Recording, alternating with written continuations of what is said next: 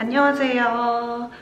오늘은 제가 저번 주에 그 간호 유학에 관련해서 Q&A를 하겠다고 했던 그 영상을 찍어보려고 합니다. 그래서 그 커뮤니티에 글 남겨주신 순서대로 최대한 짧게 한번 답변을 해보도록 할게요. 제가 또 말하다 보면 막 스토리텔링을 하게 돼가지고 항상 말이 길어지는데 최대한 영상을 짧게 한번 만들어 보도록 하겠습니다. 첫 번째, 3년 동안을 혼자 버틸 수 있을까 걱정입니다. 이거는 투움바랑 USQ 관련된 질문인 것 같은데, 일단 확실하게 말씀드릴 수 있는 거는 투움바 자체가 일단 차가 없으면 삶의 질이 진짜 떨어지는 동네 중에 하나예요. 남편 차를 이용하기 때문에 100% 뚜벅이라고 말씀드릴 수는 없지만, 일단 투움바에 사는 뚜벅이로서 말씀을 드리면 투움바에는 트레인이나 트램이 없고요. 마을버스만 다니는데 마을버스 배차 시간이 정말 피크타임에가 30분에 한 번씩 오고, 그리고 그 피크타임이 아닐 때는 1시간에 한 대밖에 안 와요. 좀 좋은 동네에 가면 이렇게 뭐 3분 뒤에 도착, 2분 뒤에 도착 이렇게 전광판 같은 게 있거든요. 근데 투움바는 그런 게 전혀 없어요. 정각이랑 30분에 2대가 오기로 했어도 그게 더 일찍 올 수도 있고 더 늦게, 심지어 엄청 늦을 때는 40분, 50분 이렇게 늦게 올 때가 있거든요. 그런 거에서 오는 스트레스가 굉장히 크고, 투움바에는 제일 큰 병원이 3개가 있어요. 투움바가 이렇게 네모라고 따졌을 때 북쪽에 병원이 하나가 있고 센터에 병원이 2개가 있고요. 이렇게 네모라고 했을 때 남쪽에 학교가 있어요. 그래서 그 학교에서 제일 북쪽에 있는 병원까지는 자동차로 운전해서 가면 한 20분 내외 정도가 걸리는데 버스로 1시간은 잡으셔야 될 것 같아요. 그 정도로 대중교통이 되게 안 좋은 동네이기 때문에 확실히 차가 없으면 정말 힘든 동네는 맞고요. 근데 100% 차가 있어야 된다고 말씀드릴 수는 없는 게, 제가 같이 공부하고 있는 친구도 차가 없는 친구도 있거든요. 그런데 다 우버 이용하고 버스 이용하고 그렇게 해서 다 졸업은 잘 할 수 있습니다. 운전을 못한다고 투움바에서 유학을 하는 게 불가능은 절대 아니고, 대신 남들보다 조금 더 부지런해야 하는 거는 맞는 것 같아요. 그리고 일단 기후가 추운 것 때문에 고민이라고 하셨는데, 한국이랑 비교하면은 투움바 추운 거는 추운 것도 아니고 뭐 눈이 오고 이런 건 아니기 때문에, 저는 투움바에 지금 3년 반 넘게 살면서 패딩을 입어본 적은 없는 것 같아요. 그리고 이거는 정말 사람 바이 사람이에요. 고지가 높은 산 쪽에 위치한 동네이기 때문에 바람이 좀 많이 불고 겨울에 조금 더 춥다는 단점이 있지만, 또 여름에는 브리즈번보다는 훨씬 덜 덥고 좀 시원하고 선선하고 그런 또 장점도 있습니다. 두 번째 질문, 씻을 때 멘탈 관리 어떻게 하셨는지도 궁금해요. 저는 일단 테이프 가는 거, 뭐 어학원 간 거, 테이프 간 거, 유니 간 거 다 유학원을 통해서 갔고요. 대부분의 유학원에서는 학생한테 이렇게 커미션이라고 해야 되나? 추가로 수수료를 달라고 하는 곳이 거의 없어요.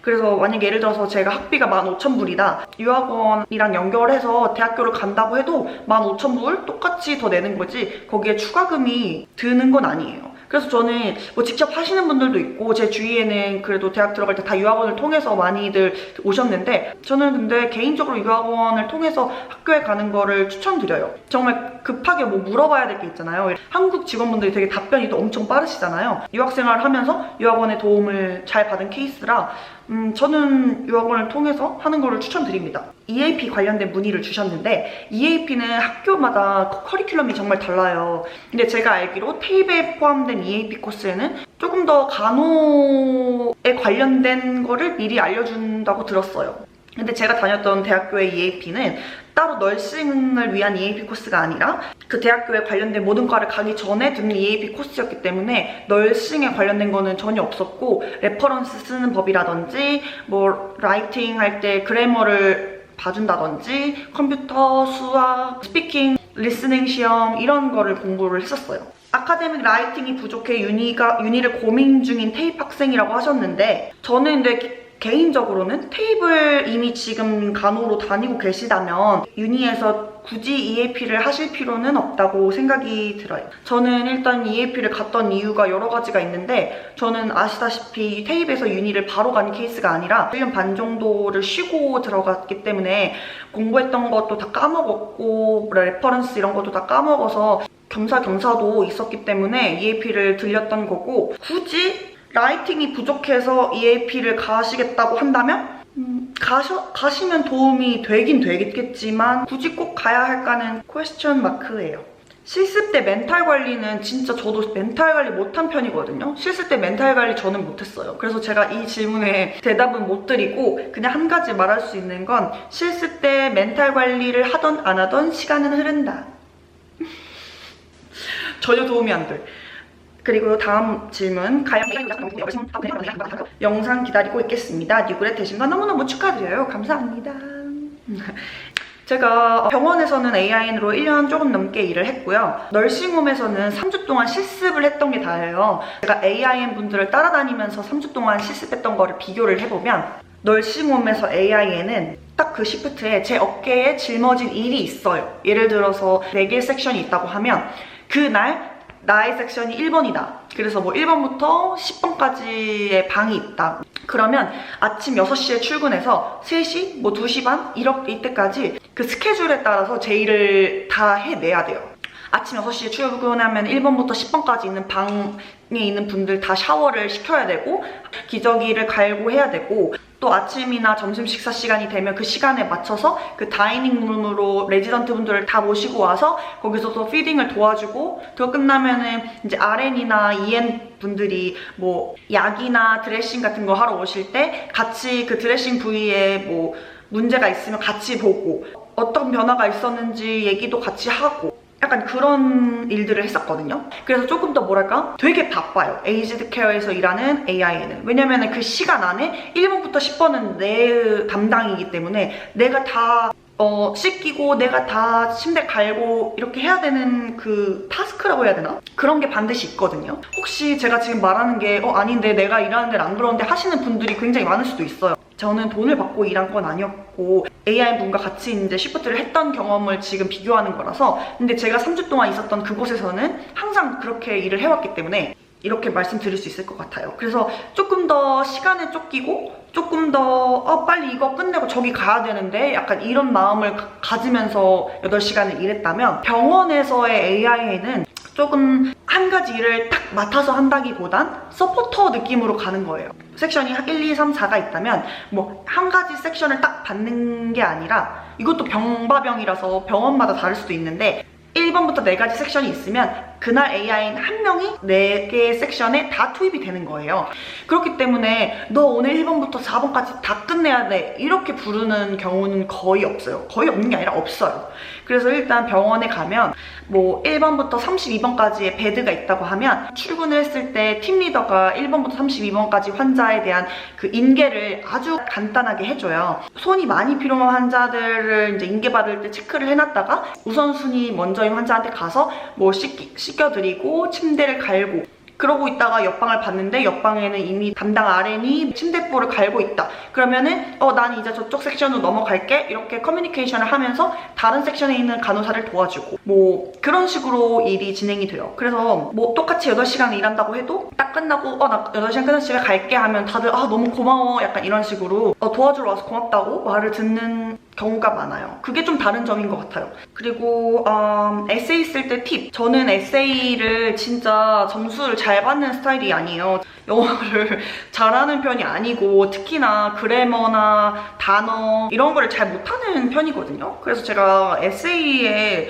팁을 드릴 게 있나? 제가 에세이를 쓸 때 팁을 드릴 수 있는 건 없는 것 같고 내가 에세이를 잘 써야 되는 것도 당연히 있겠지만 마커를 누구를 만나냐에 따라서 내 점수가 아주 이렇게 올락날락 하기 때문에 마커를 잘 만나야 된다. 나의 운이 중요하다. 이게 팁이고 에세이가 최소 1200자에서 많을 때는 2000자까지도 써야 되는데 보통 이제 에세이라고 하면은 인트로가 있고 바디, 본론이 있고 그 다음에 컨클루전, 끝내는 말? 뭐라고 해야 되지? 근데 사람마다 진짜 에세이 쓰는 순서도 진짜 달라요. 저는 인트로를 먼저 쓰는 스타일이고 제 또 친구들 보면은 바디를 먼저 쓰는 사람도 있고 저는 보통 인트로를 먼저 써요. 그래서 인트로가 보통 100자 정도, 100에서 150자 정도를 인트로에 넣고 마지막 이제 컨클루전도 100에서 150자를 넣고 나머지를 이제 본문을 넣는데 그래서 저는 인트로를 쓸 때가 제일 시간이 많이 걸려요. 이 본문에서 무슨 말을 할까를 인트로가 정말 완벽하게 나올 때까지 고민을 하다가 인트로에서 이제 100자, 150자가 끝나면 본론은 생각보다 쉽게 써지더라고요. 그리고 호주에서는 그 에세이 쓸 때 중요한 게 레퍼런스잖아요. 이건 약간 팁이라고 하긴 좀 그렇고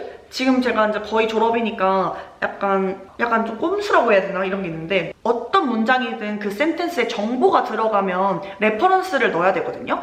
호주 사람들이 제일 많이 걸리는 1등은 무슨 암이다 이렇게 적으면 그건 제 머릿속에서 나온 얘기가 아니잖아요. 다 어디서 제가 보고 듣고 이런 거잖아요. 그럼 그거를 무조건 논문에서 레퍼런스를 가져와야 돼요. 이 논문에 뭐 닥터 스미스 씨에 따르면 호주에서 발생하는 암의 뭐 40%는 이거다 이런 식으로, 그거를 이제 레퍼런스에서 제가 쓴 글 센텐스 옆에 이렇게 딱 넣는 건데, 초반에는 저도 정말 열심히 했어요. 정말 그 센텐스와 그 논문이 맞게. 근데 나중에는 진짜 에세이가 너무 많아지고 실습하면서도 에세이 쓰고 해야 되니까 에라 모르겠다 하고 그냥 비슷한 논문의 제목이면 그냥 넣은 적이 많거든요. 근데 아직까지 한 번도 걸린 적이 없어가지고 이거 정말 좀 안 좋은 건데 따라하라고 말씀드리는 게 아닙니다. 그냥 저는 그렇게 해서 통과를 한 적이 있다. 그냥 그렇게 팁으로 하나 가져가셨으면 좋겠어요. 그 다음, 간호 공부하면서 가장 힘들었던 부분은 뭐였는지 궁금해요. 그리고 공부 시작 전과 졸업 후에 영어가 얼마나 향상되었는지 궁금합니다. 일단 테이프 때 가장 힘들었던 점은 영어였고요. 유닛 때 가장 힘들었던 점은 멘탈 싸움, 체력 분배였던 것 같아요. 테이프 때는 제가 영어가 정말 안 되는 지경일 때 들어갔어요. 그 얘기를 하려면은 이 영상으로 안 되고 거의 밥을 새고 같이 술을 먹고 얘기를 해야 될 정도의 기인데, 짧게 얘기하면 2017년 1월 첫 학기 첫 수업 들어갔어요. 교수님이 강의를 하시겠죠? 제가 거기서 알아들은 게 30%도 아마 안 될 거예요. 30%가 뭐야? 그래 30%. 정말 죽고 싶은 적이 많았어. 그때는 정말요. 그냥 사라지고 싶다. 테이프는 3학기 동안 440시간 실습을 했었어요. 근데 유니는 4학기 동안, 그러니까 2년이죠? 760시간. 저는 이제 테이프를 나왔기 때문에 80시간을 빼주거든요. 그거를 빼고 760시간을 4학기 동안. 근데 말이 4학기지 거의 마지막 2학기 때 다 해야 되거든요. 그거를 하면서 오는 시험, 과제, 뭐 어쩌고저쩌고. 제가 더 늙어서 그런 걸 수도 있어요. 테이프 때는 27살이었고 유닛 때는 30살이었으니까 체력이 많이 떨어져서 그랬을 수도 있는데, 그렇게 뭐가 제일 힘들었냐고 물어보시면 테이프 때는 영어가 제일 힘들었고 유닛 때는 체력 관리, 멘탈 관리가 정말 힘들었다. 영어가 얼마나 향상됐냐 물어보시면 아까 제가 퍼센트로 말을 했잖아요. 그 테이프 때 1학기 때 제가 수업을 100%라고 했을 때 30%밖에 못 알아들었다고 한다면 테이프 졸업할 때는 한 70%? 60-70% 알아들은 것 같고요. 유니에 입학했을 때는 한 70% 알아들은 것 같고, 지금 이제 3학년이니까 지금은 이제 수업 시간에 하는 말이 한 90%, 95%는 알아듣는 것 같아요. 옛날이랑 비교하면 진짜 많이 성장을 했죠. 진짜 너무 뿌듯해. 나이 30 먹고 이렇게 성장하다니 뿌듯합니다. 다음 질문. 테이프 유학원 끼고 가셨나요? 국제학생들은 공공병원 취직하기 힘들다는데 진짠가요? 아까 유학원 끼고 가셨나요? 질문에는 대답이 된 것 같고, 국제학생들은 공공병원에 취직하기 힘들다는데 진짠가요? 이거는 퍼블릭 병원에 인터내셔널이 들어가기는 힘든 건 맞아요. 100% 못 들어갑니다 라고 말씀은 못 드리겠고, 제 주위에는 없었는데 주마다 달라요. 어떤 주는 또 퍼블릭에서 인터내셔널을 그래도 받아주는 주가 있고, 제가 있는 퀸즐랜드 같은 경우에는 퍼블릭 병원에 인터내셔널이 뉴그레스로서 들어갔다는 거는 주위에 아직은 못 들어본 것 같아요. 짝주님이랑 어떻게 만나셨는지, 이거는 간호랑 관련이 없기 때문에 항상 저희 댓글 달아주셔서 너무 감사합니다. 여기서는 질문에 대답을 하진 않을게요. 이것도 말하려면 거의 뭐 밤새야 되기 때문에. 다음 질문. 가영님은 유니에서 GE 코스를 바로 가시는 걸 추천하시나요? 영어가 좀 자신이 없거든요. 일단 한국에서 간호사로 일을 하셨다고 하셨잖아요. 제가 그냥 드리는 말씀이 아니라 한국에서 간호사를 하셨던 분들은 정말 대학교 가서 잘 하세요. 정말로. 제 주위에 지금 간호사였다가 온 사람들이 많은데, 제가 그 언니 동생한테도 뭐 물어봐야겠지만 분명히 힘들다고는 하거든요. 근데 옆에서 봤을 때 확실히 이게 지식을 일단은 가지고 오기 때문에 간호 지식에서의 오는 스트레스는 아무것도 없이 오는 사람보다는 확실히 덜 한 건 맞고, 대신 영어에 대한 스트레스는 똑같이 있을 수 있을 것 같아요. 왜냐면 영어로 배우는 건 아니니까. 일단 의학 용어는 한국에서도 영어로 된 용어를 많이 쓰기 때문에 유니에서 수업을 들으러 갈 때 확실히 더 잘 알아듣고, 그리고 뭐 예를 들어서 뭐 당뇨에 대한 얘기가 나왔다 그러면은 간호에 대한 백그라운드 없는 사람은 당뇨 하면은 아, 당뇨 뭐 설탕 많이 먹어서 그런가? 인슐린 맞아야 되나? 약간 요 정도만 알잖아요. 근데 어쨌든 한국에서 간호사로 일을 하다 오신 분들은 당뇨 얘기가 나왔다 하면은 당뇨에 중요한 것들이 머릿속에 그 한국말로 배우는 것들이 탁 지나가실 거 아니에요? 저는 그렇게 믿거든요. 그런 부분들은 확실히 다른 사람보다는 앞서 있으신 건 맞다, 그렇게 말씀을 드리고 싶고, 일단 간호사로 한국에서 일을 하셨다는 거는 한국에서 간호 공부를 하셨다는 거잖아요. 그런 분들한테 테이블 전혀 추천드리지 않고 바로 GE 코스 가시는 거를 추천드립니다. 근데 제가 GE 코스 얘기가 나와서 그냥 갑자기 생각나서 말씀을 드리는데, GE 코스랑 1학년 크레딧을 받는 거랑은 다른 얘기거든요. 그래서 GE 코스라는 거는 내가 한국에서 4년제 대학교를 나왔는데 컴퓨터과를 나왔다, 아니면 뭐 유아교육과를 나왔다, 뭐 이런 식으로 다른 전공인데 4년제 졸업장이 있으신 분들이 GE 코스로 3년 동안 해야 되는 거를 2년 안에 하시는 코스가 GE 코스라고 저는 알고 있어요. 그리고 어떤 대학교는 GE 코스가 없는 대신 한국에서 간호사, 딱 간호과만 간호 공부를 했던 사람들한테 1학년 크레딧을 주는 그런 대학교가 있고요. 제가 다니고 있는 투움바에 있는 USQ는 GE 코스가 없어요. 간호사였거나 저처럼 EN 코스, 테이프 코스를 한 사람들한테 1학년 크레딧을 주는 거예요. 이게 다른 점인데 같은 거라고 생각하시는 분들이 가끔 많으시더라고요. 일단 GE 코스는 1, 2, 3학년 때 배우는 거를 2년으로 함축을 시킨 거기 때문에 1학년 때 배워야 될 과목도 들어가 있어요. 그 2년 안에. 1학년 때 배우는 것 중에 제일 중요하고 제일 기본인 게 Anatomy and Physiology잖아요. 그게 이제 GE 코스에 아마 들어가 있을 거예요. 간호사를 했던 분들이 GE 코스가 없는 대학교에 1학년 크레딧을 받으시면 그냥 1학년 때 배워야 될 8과목을 안 배우고 2학년으로 들어가시는 거예요. 그래서 1학년 때 꼭 배워야 될 아나토미 앤 피지올로지가 안 들어가 있고요. 뭐 파운데이션, 뭐 에이지드 케어랑 관련된 기본적인 뭐 ADL 같은 거, 샤워 뭐 이런 내용들 다 빠져있다고 생각하시면 됩니다. 제가 또 말이 많아졌는데, 어쨌든 간호사셨으면 진짜 걱정하지 마시고 대학교 2년짜리 코스를 잘 알아보셔서 들어가시는 걸 추천드립니다. 그리고 한국이랑 시스템이 많이 다를 것 같아서 겁난다고 하셨는데, 뭐 샤워를 시켜준다던가 그런 것들을 직접 하지 않은 경우가 많잖아요. 뭐 호주는 그런 거를 직접 해요. 그래서 그런 게 좀 다르고, 또 단어가 가끔 다르긴 한데 그런 거는 주위에 지인들 보니까 뭐 극복하는데 정말 얼마 안 걸리고, 네, 그런 거는 크게 너무 걱정하지 않으셔도 될 것 같아요. 네. 영어 공부 어떻게 했는지. 일단 저는 영어를 너무 바닥에서 왔었거든요. 아, 이거 얘기하면 또 너무, 이거 5시간 얘기해야 되기 때문에 일단 영어 공부는 위에 또 비슷한 질문이 있거든요. 제가 거기서 한번 또 얘기를 해볼게요. 다음 질문. 유구레 프로세스 알려주실 수 있으실까요? 서류 준비랑 인터뷰 같은 게 궁금해요. 일단 이런 프로세스는 진짜 병바병이고요. 그러니까 제가 아는 선에서만 말씀을 드릴게요. 퍼블릭이냐 프라이빗이냐도 다르고 에이지드 케어냐 병원이냐도 다른 것 같고요. 그거는 일단 기본적으로 깔고 들어주셨으면 좋겠고, 제 거를 말씀드리면 일단 첫 번째로는 서류죠. 서류 준비를 다 해서 온라인으로 어플리케이션을 넣습니다. 어플라이를 해요. 그리고 기다리고 있으면 거기 이제 서류에서 뽑히면 연락이 와요. 그 다음이 비디오 인터뷰를 보자고 해서 비디오 인터뷰 링크를 보내줘서 질문에 대답을 하고 비디오로 찍어가지고 보내요. 보내고 나서 그것까지 이제 패스가 되면 실질적으로 사람이랑 이제 대화를 하는 인터뷰 날짜를 정해주고, 그 전에 약물 계산 시험해서 보내고, 그 다음에 서술형으로 써야 되는 거 타이핑 해가지고 다 보내고, 그 다음에 줌으로 연결을 해서 30분 동안 2명의 매니저, 약간 에듀케이터랑 면접을 받고요. 그것까지 다 보고 나면은 이제 레퍼리 체크가 들어가고, 그것까지 이제 패스가 되면 축하해 하면서 이제 연락이 옵니다. 다음 질문.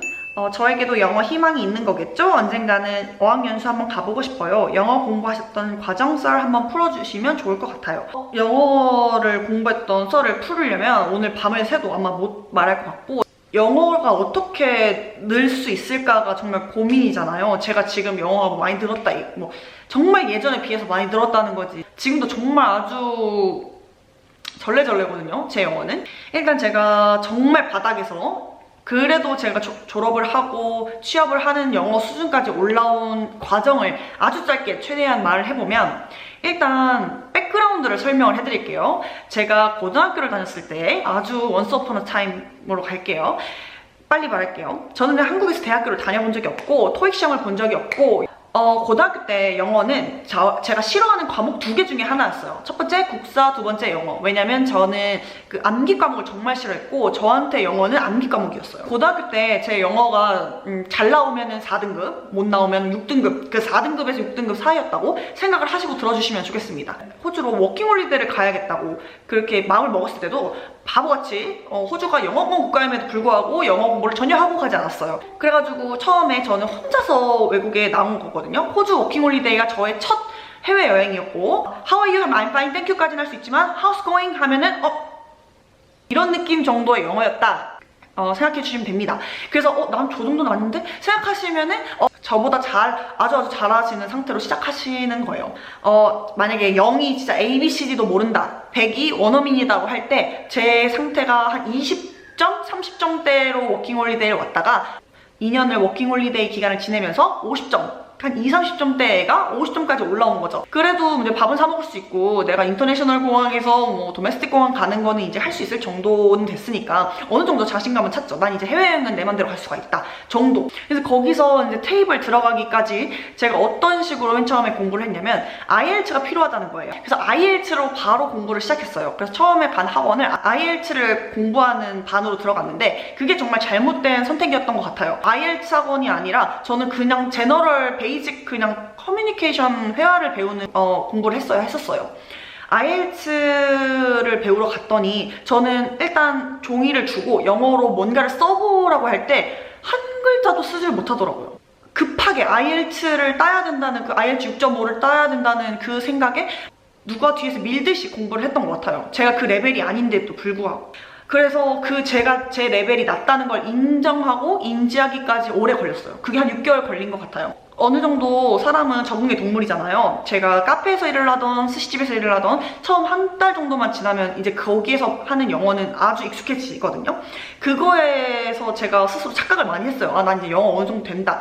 하지만 그게 정말 시험 영어를 가거나 뭐 공부를 해야 되는 영어로 갔을 때는 또 다른 얘기더라고요. 정말 기본 영어를 시작했어요. 그래머를 조금 공부를 하고 그리고 모르는 단어를 외우고 제가 정말 많이 도움이 됐던 건 학원보다도 혼잣말이에요. 공부법은 사람마다 진짜 달라요. 사람의 성향이나 관심사나. 근데 저한테 제일 잘 맞았던 건 혼잣말이었어요. 그래서 한번 이게 맞는 분도 계실 테니까 해보세요. 그냥 길을 걸을 때 그냥 건너는 게 아니라 그냥 혼잣말로 계속 영어를 쓰는 거예요. Hello, how are you? 하면서 그냥 뭐 my name is부터 제가 학원 끝나고 집에 오는 길에 계속 자기소개를 했던 적이 있어요. Hello, my name is Kayan Lee. I'm from South Korea. I want to study nursing in Australia. 이러면서 근데 그거를 매일매일 하니까 어쩔 때는 진짜 앞에 지나가던 아주머니가 저를 이렇게 휙 돌아보시더니 오케이? 이렇게 하신 적도 있어요. 그럴 정도로 그냥 혼잣말을 계속 많이 했고 이게 진짜 웃긴 방법일 수가 있는데 저는 추천드립니다. 혼잣말이 진짜 좋아요. 이렇게 뭐 한 가지 방법이 있는 게 아니라 여러 가지 나한테 맞는 방법을 찾아 나가는 그 시간이 중요해요.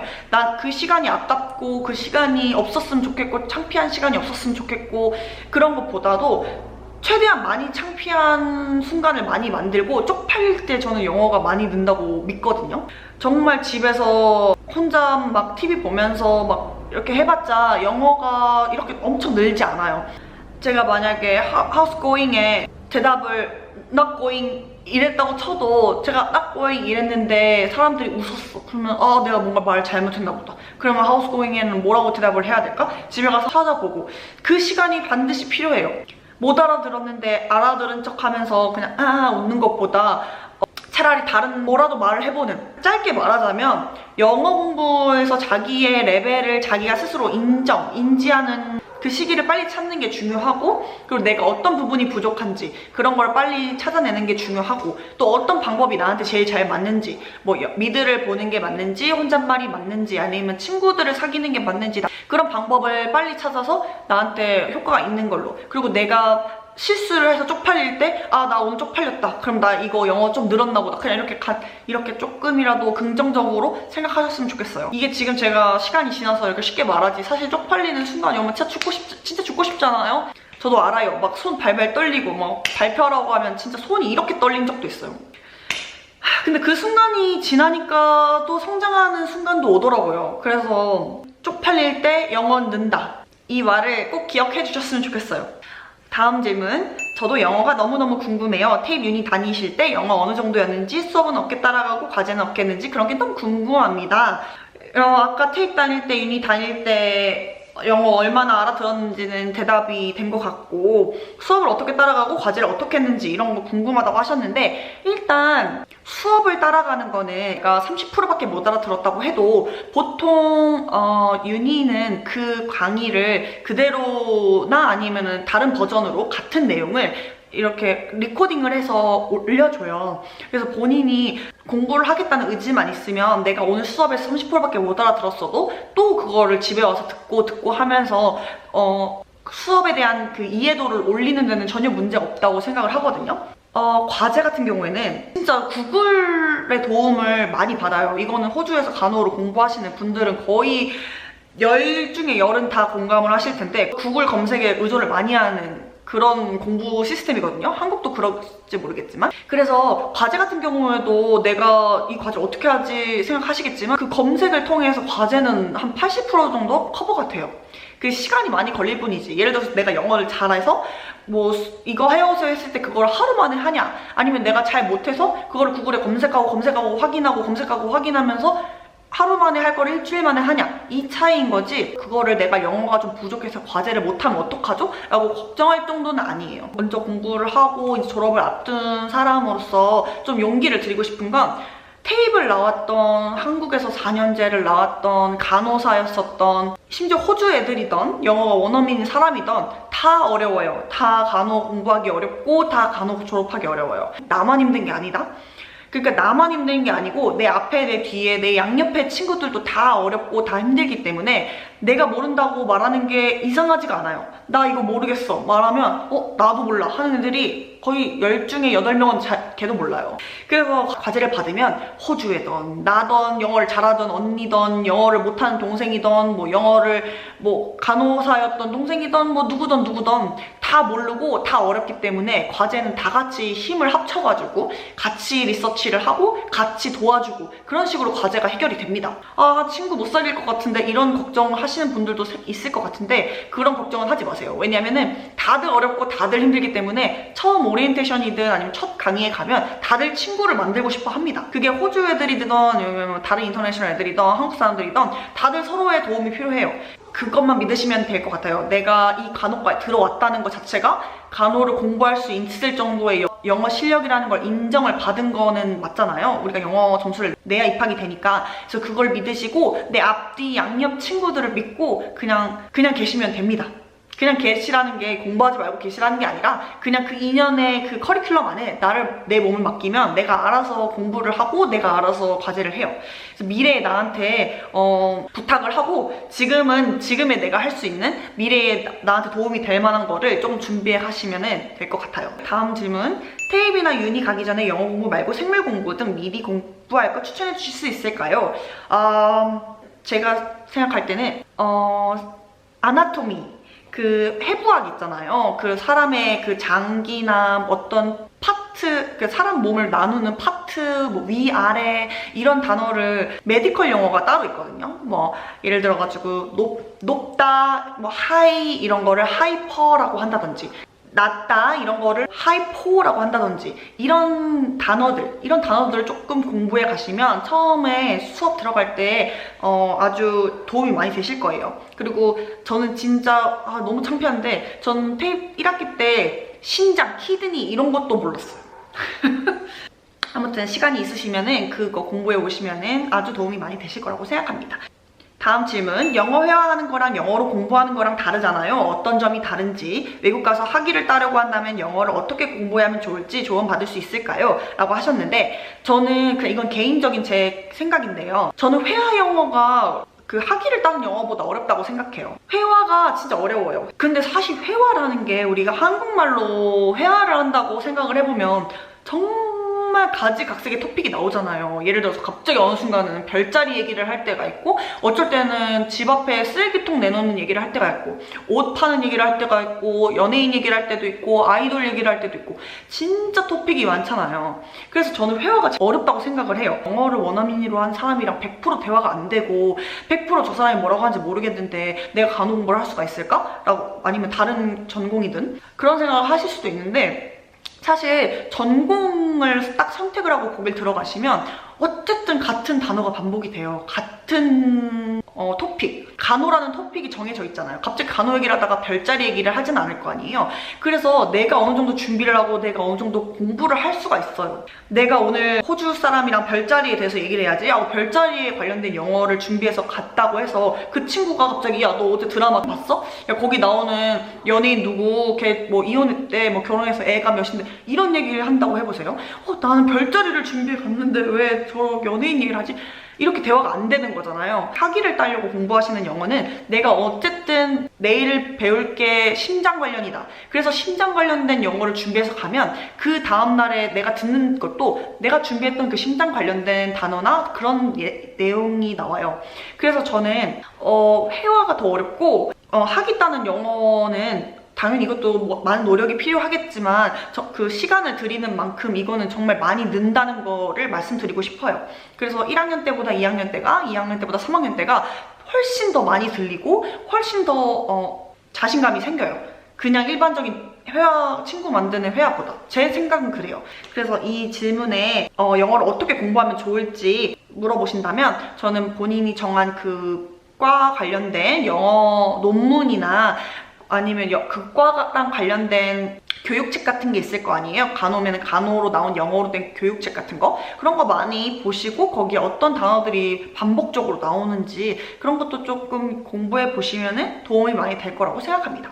다음 질문, 아이와 함께 간호의학을 도전해 보려고 하는데 간호대생일 때 현실적으로 아이 케어가 힘든 것 같은지요? 한국은 대학교 하면 되게 다 20대 초반의 친구들이 많잖아요. 호주는 대학교에 가면, 특히 저같이 이렇게 약간 시골 대학에 다니면 반 이상이 엄마나 아빠예요. 특히나 유학생인 경우에도 아이를 낳으면서 간호를 공부하시는 분들을 제 주위에서 꽤 많이 봤고, 아이를 임신한 경우에 출산이 임박했는데 실습이 잡혔다, 그런 경우에 학교에 어필을 하면 학교에서 충분히 그런 건 이해를 해주기 때문에 아이를 출산하고 나서 실습을 갈 수 있게 다시 이렇게 배정을 해주는 그런 도움은 많이 줍니다. 만약에 부부라고 하면은 한쪽이 공부를 할 때 한쪽이 맡아주고 이런 식으로 도와서 할 수도 있고요. 아니면 차일드 케어의 도움을 받으시는 분들도 있고, 아무튼 제가 직접 해본 건 아니기 때문에 뭐라 말씀드리긴 어렵지만 주위에 꽤 많은 분이 아이를 낳고 아이를 케어하면서 공부하시는 분들이 많다. 이거를 그냥 알려드리고 싶어요. 생각보다 많다는 걸.